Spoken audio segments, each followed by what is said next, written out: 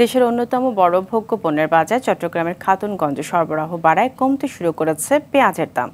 চীন, পাকিস্তান, থাইল্যান্ড ও মিশর থেকে আনা পেঁয়াজ খালাস করা হচ্ছে চট্টগ্রাম বন্দরে।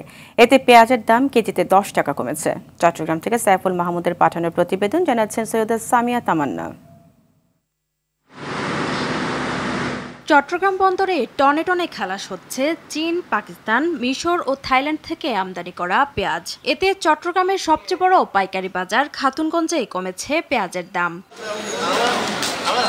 দেশি ও ভারতীয় পেঁয়াজের সরবরাহ কম থাকলেও চীন, পাকিস্তান, মিশর ও থাইল্যান্ডের পেঁয়াজে ভরে গেছে খাতুনগঞ্জ বাজারের আড়তগুলো। এখানে ভালো মানের দেশি পেঁয়াজ 100, ভারতীয় 102, পাকিস্তানি 85 ও চীনের পেঁয়াজ 75 টাকা কেজি দরে বিক্রি হচ্ছে। তবে বন্যাসহ নানা কারণে বাজারে ক্রেতা কম বলে জানায় আড়তদাররা। আগে যেখানে 110 টাকা 8 টাকা বিক্রি করতাম ওই পেঁয়াজ এখন 102 টাকা 103 টাকা বিক্রি করতেছি। খাতুনগঞ্জে পেঁয়াজ আছে, মোটামুটি আছে, বেচা কিনা কম, কাস্টমার নাই। বন্যার কারণে গাড়ি চলতে পারে না, এই জন্য একটু ঘাটতি ছিল, এখন ঘাটতি ইনশাল্লাহ পূরণ হয়ে গেছে।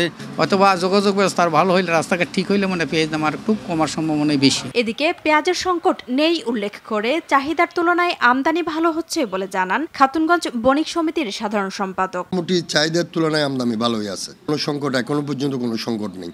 আর ইন্ডিয়া যদি এভাবেই দিতে থাকে তাহলে সংকট হওয়ার কোনো কারণই নেই।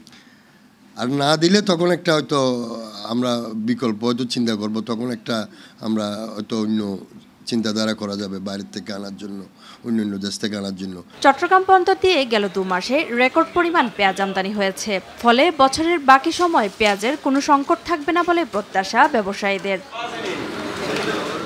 সৈয়দা সামিয়া তামান্না, RTV।